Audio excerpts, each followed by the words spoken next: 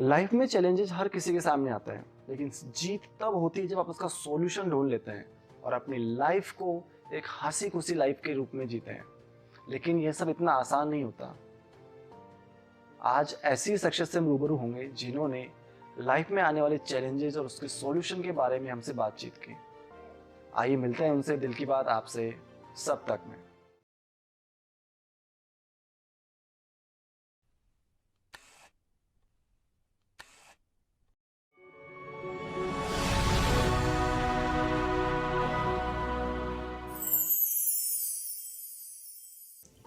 आज हम जिस टॉपिक पे बात करने को इकट्ठा हुए हैं या जिस टॉपिक को आज हम ले रहे हैं वो है यंग जनरेशन की लाइफ को। यंग जनरेशन की लाइफ को अगर हम आज देखते हैं तो वो बहुत वेल इन्फॉर्म्ड है।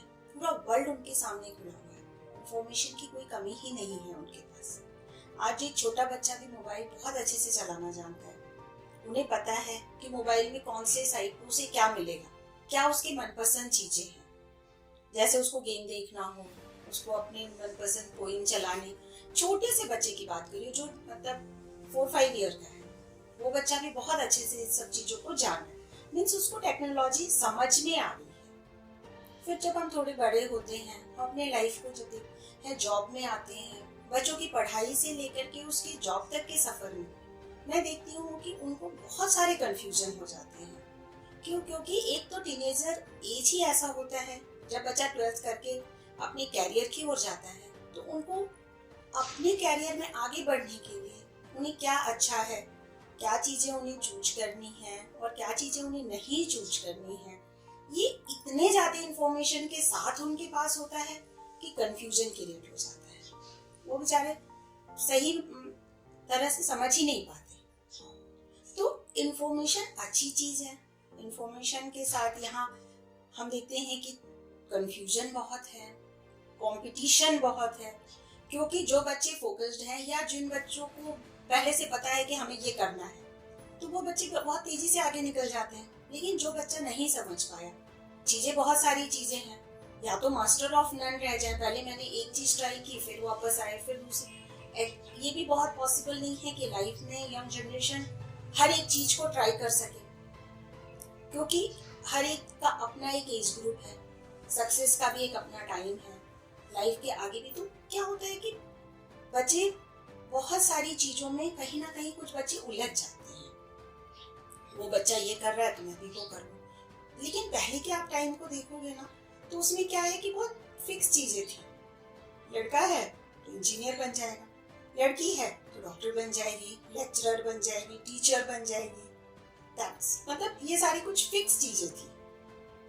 लेकिन तो उसमें क्या था कि बच्चा पहले से माइंडसेट से चलता था। हमने साइंस लिया है तो हमें डॉक्टर इंजीनियरिंग में चले जाना है, आर्ट्स लिया। लेकिन अब जैसे जैसे चीजें बढ़ी, इतने फील्ड हैं, अपॉर्चुनिटी बहुत सारी हैं और बच्चे बहुत अच्छा भी कर रहे हैं। लेकिन लाइफ के उनके चैलेंजेस अलग हो गए। अब जितने जो एक तो बॉय है, गर्ल है, दोनों ही काम कर रहे हैं। जब दोनों अगर काम कर रहे हैं तो दोनों के सामने फिर समस्या है घर चलाने की। पैसा तो बहुत आ जा रहा है।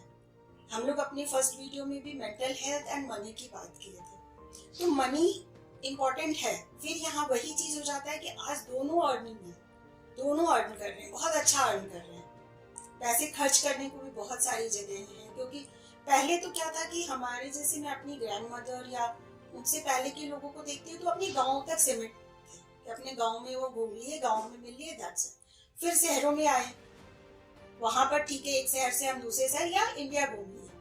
आज बच्चे अब्रॉड जाना चाहते हैं, वहां घूमना है, आज यहाँ चले गए, कल पूरा वर्ल्ड उनके लिए घूमने को है। तो पैसे खर्च बहुत होने हैं, तो बिना दोनों के कमाए चल नहीं सकता।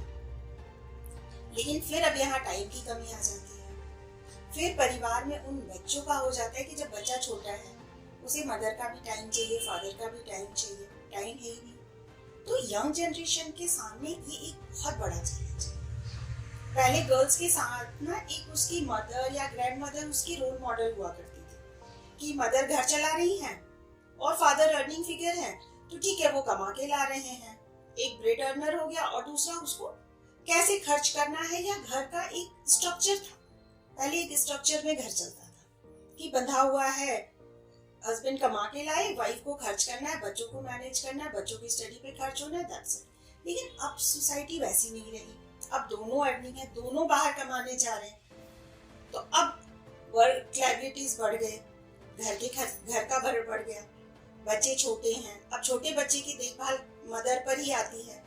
वो गर्ल जो कि सुबह 7 बजे निकल रही है और शाम के 7 बजे आ रही है, वो एक छोटे से बच्चे को कैसे मैनेज कर सकती है? तो यहाँ पर ये बहुत बड़ी समस्या है।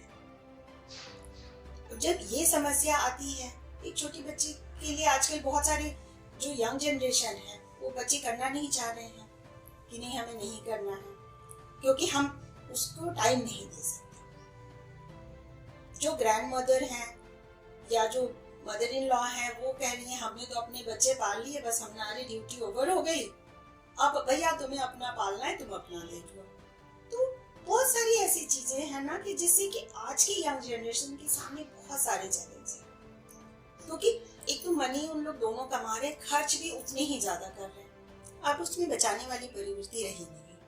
तो जब आप नहीं बचाते हो तो क्या होता है कि हर मंथ आपने जो अर्न किया आपने स्पेंड कर दिया। अगर इस बीच कोई भी तरह की प्रॉब्लम आ जाती है, जैसे रिसेशन आ गया, जॉब छूट गई, किसी एक की भी, अगला बंदा भी प्रॉब्लम में आ गया क्योंकि सारी लायबिलिटी, सारे खर्चे उस पर आ गए, क्योंकि आजकल के बच्चों को सब कुछ तुरंत चाहिए, घर, मकान, अच्छा घर, अच्छी लोकेलिटी में आपको अगर आप फ्लैट भी लेते हो बहुत अच्छा, उन्हें पॉश एरिया में चाहिए, गाड़ी बहुत अच्छी चाहिए। तो ये सारे खर्चे इतने ज्यादा हो जाते हैं कि वो ईएमआई पर चले जाते हैं। उन्हें बहुत इजी वे लगता है ये सब चीजों को खरीद लेना। ठीक है, आपने ईएमआई पे ले लिया, लेकिन ईएमआई को अब पे करना है और मंथ पे करना है आपको। तो वो चीजें क्या होती है कि दोनों बांट, लेकिन इनकेस अगर कोई प्रॉब्लम आ गई तो वहां फिर वो प्रॉब्लम में आ जाते हैं, फिर प्रॉब्लम वहां से शुरू होती है।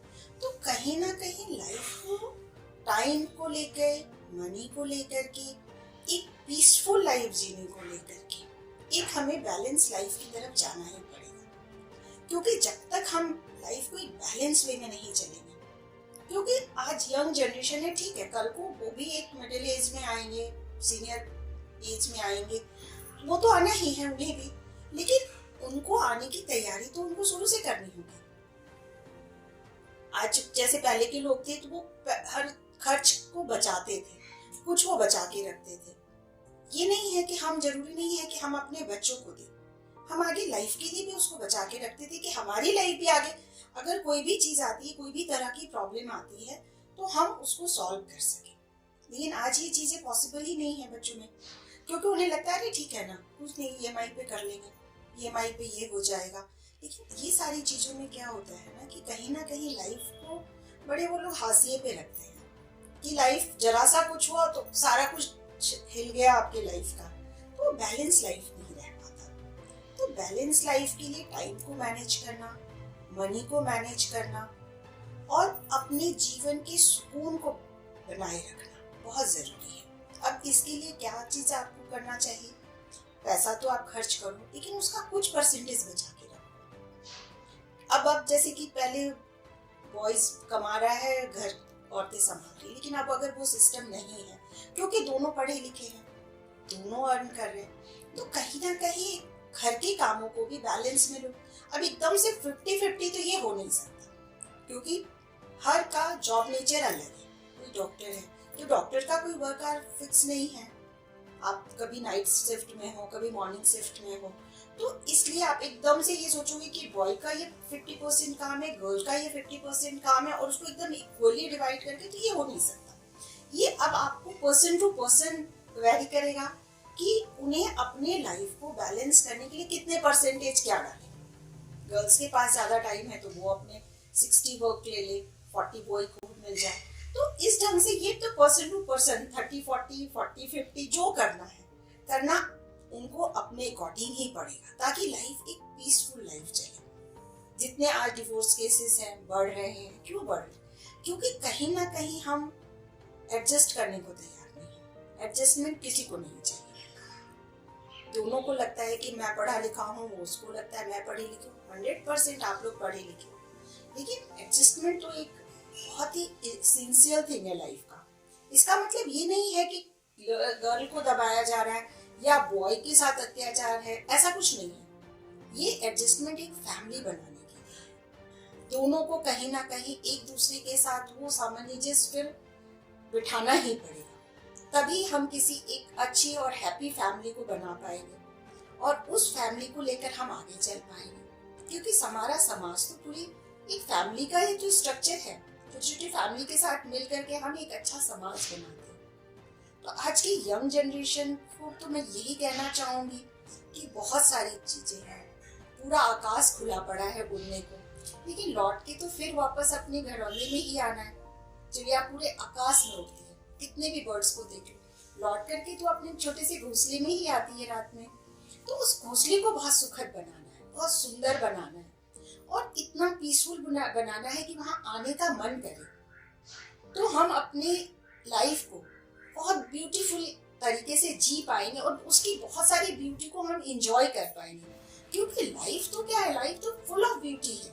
आप जिस पार्ट को भी देख लो उसमें कहीं ना कहीं आपको कोई ना कोई सुंदरता मिल जाएगी। बस ढूंढने की चाहत होनी चाहिए। ढूंढने की चाह को हमें अपने आप को उस वे में आगे बढ़ाना। कंप्लेन तो करते रहो तो पूरी जिंदगी कंप्लेन में निकल जाएगी, ये सही नहीं, वो सही नहीं है। छोड़ दो ना, क्या सही है, क्या है अच्छा। हम अपने ओनली ब्लेसिंग्स काउंट कर लो। जब आप अपने ब्लेसिंग्स काउंट कर लोगे ना, तो आपको लगेगा कि अरे मेरे पास तो बहुत सारी चीजें हैं जिसको कि कभी आपने नोटिस भी नहीं किया होगा कि आप कितने ब्लेस्ड हो। यंग जनरेशन को ये कहना है कि वेल इन्फॉर्म्ड रहो, वेल कनेक्टेड रहो, लेकिन अपने को वेल ऑफ करने के चक्कर में आप अपनी लाइफ का सत्यानाश ना कर लो। लाइफ को बहुत अच्छे से जियो। Thank you so much. उम्मीद है आपको आज का एपिसोड जरूर पसंद आया होगा और मीनाक्षी जी द्वारा बताई हुई बातें आप अपने जीवन में जरूर याद रखेंगे और हमेशा खुश रहेंगे और अपनी लाइफ को पीस ऑफ लाइफ की तरफ लेकर जाएंगे और आने वाले हर चैलेंजेस का, हर प्रॉब्लम्स का सॉल्यूशन जरूर ढूंढेंगे। फिर मिलेंगे नए एपिसोड में, नई कहानी के साथ, नई हस्ती के साथ। दिल की बात आपसे, सब तक।